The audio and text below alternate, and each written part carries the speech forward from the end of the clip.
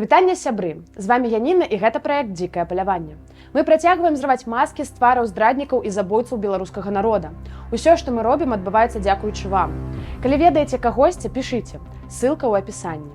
Так, сёння мы працягнем распавядаць пра самую заплявузганую і брудную прафесію ў гісторыі сучаснай Беларусі – пра суддзяў. Яны шмат кажуць пра стандарты, этыку і сумленнае выкананне сваіх абавязкаў. Але на самой справе гэта пакорлівы статак, які выконвае ўсё, што загадаюць па званку вырадкі з вышэйшага кіраўніцтва. Таму мы паспрабуем зрабіць усё магчымае, каб аніводны падонак не пазбег наканаванай яму долі. Суддзяў гэта датычыцца асабліва. І зараз у чарзе крывадушныя пачвары з Берасцейскай вобласці. Але спачатку я папрашу вас падпісацца на канал, паставіць пад гэтым відэа падабайку і напісаць у каментарах некалькі слоў, каб як мага больш людзей убачылі твары ворагаў беларускага народа. А калі вы хочаце падтрымаць маю каманду, у апісанні я пакінула спасылку для ахвяравання. Загадзя дзякую усім, хто адгукнуўся. Першы ў нашым спісе Шурын Дмітрый Вікторович, суддзя Ленінскага раёну Брэста. Стары і мацёры пенсіянер засвяціўся ў купе палітычных спраў. Сярод іншага прысуду па справе карагодаў. Даваў калонію хімію толькі за тое, што кружылі карагод на скрыжаванне. Або паўгады падлетку за спробу спаліць чырвона-зялёны сцяг. Яшчэ адметная справа 1,5 гады хіміі за тое, што мужчына вылукнуў без Лукашэнкі у бок БРСМаўскага пікету. Акрамя гэтага, ён даў год калоніі жанчыне за тое, што яна вылукнула дома ў прысутнасці міліцыянераў фразу «Грёбанае государства і грёбаны прэзідэнт». Што ж, мне нічога не застаецца, як пагадзіцца з простай беларускай, а я ўпэўнена, што такіх як Шурын і ягоныя паплечнікі атрымаюць тое, што заслугоўваюць. Далей у нашым спісе ідзе Каліна Святаслаў Ігорович, суддзя такога ж самага Ленінскага раёну Брэста. Таксама засуджваў дзесяткі беларусаў па карагоднай справе. Даваў роўна столькі, колькі прасіла абвінавачвання, ад году хатняй хіміі да 4 год калоніі. Даў 3,5 гады ўзмоцненай калоніі ўдзельніку пратэсту ў Пінску за тое, што кінуў палку ў бок міліцыянераў. 2 гады хіміі прысудзіў берасцейцу за тое, што той падняў абароненую амапаўцамі рацыю. Такія ж 2 гады хіміі дзяўчыне за парваную куртку даішніка. І такіх справаў за суддзей Каліна яшчэ шмат. Наступны ў спісе суддзя Грушко Андрэй Вацлававіч, былы вайсковы. Пасля намеснік старшыні Ленінскага суда Брэста. Судзіў дзесяткі людзей за ўдзел у акцыях пратэсту. Адзін з рэзультатыўных рэгіянальных суддзяў. Ён адправіў у калоніі тэрмінам ад 3 да 5 гадоў 13 фігурантаў справы масавых беспарадкаў за ўдзел у выбарачных акцыях пратэсту. Таксама асудзіў да 3 гадоў выхаваўчай калоніі непаўнагадовых Аляксандра Вінярскага і Эдуарда Кудынюка. На 4 гады ў калонію адправіў за краты 18-гадовую Віталію Бандарэнка. Такое ўвасабленне судовага канвеера. Наступны ў спісе Маручак Сергей Михайлович, суддзя Брэсцкага раёна. У яго паслуговым спісе тое ж самае. Пераслед актывістаў, крымінальныя справы, знакамітая справа карагодаў. Дзесяткі асуджаных на штрафы і калоніі.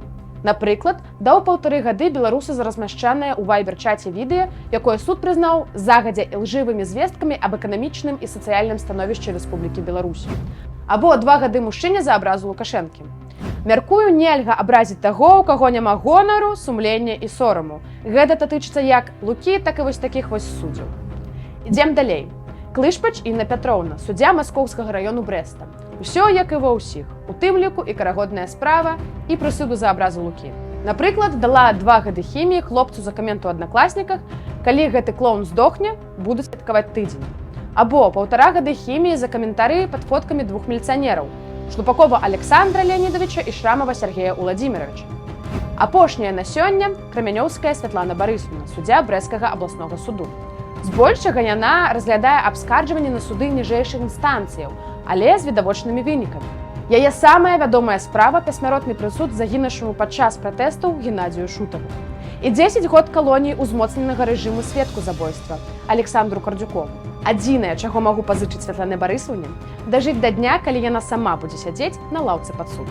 Кожны злачынца упэўнены, што ён робіць карысную справу і адплата яго не напаткае. Але тлумачэнні самому сябе рассыпаюцца ўшчэнт, калі сутыкаюцца з пагрозай адказнасці. Каецца нават самая зацятая і адбітая поскудзь. Прывяду прыклад такога чалавека. Немец Франц Штангель. Звычайны шэры чыноўнік, пачынаў як супрацоўнік палітычнага аддзелу паліцыі. У сваіх кар'ерных памкненнях выконваў любыя загады. Так, у 1940 годзе кіраваў праграмай прымусовай эўтаназіі псіхічна нездаровых і проста цяжка хворых людзей. Пасля кіраваў канцлагерамі Сабібор і Трэблінка, дзе былі знішчаны сотні тысяч чалавек. Штангель быў тым, хто арганізоўваў і кіраваў працэсамі, часам нават не выходзячы са свайго раскошнага кабінету. Але так працягвалася надоўга. Пасля паразы Гітлера Штангель збег у Бразілію. Яго выкрылі ў 1967 годзе і вярнулі дадому, дзе ён атрымаў пажыццёвы тэрмін. Пасля прысуду журналістка Гіта Сырэні здолела ўзяць у яго інтэрв'ю, каб зразумець, чаму нармальны, псіхічна здаровы чалавек выконваў такія жудасныя злачынствы. Я рэдка ўспрымаў іх паасобку, казаў Штангель. Гэта заўсёды была вялікая маса. Часам я стаяў на варотах і глядзеў на іх. Але, як бы растлумачыць, яны былі голыя, сабраныя ў кучу, іх падганалі дубцамі. Як была сістэма, і яна працавала.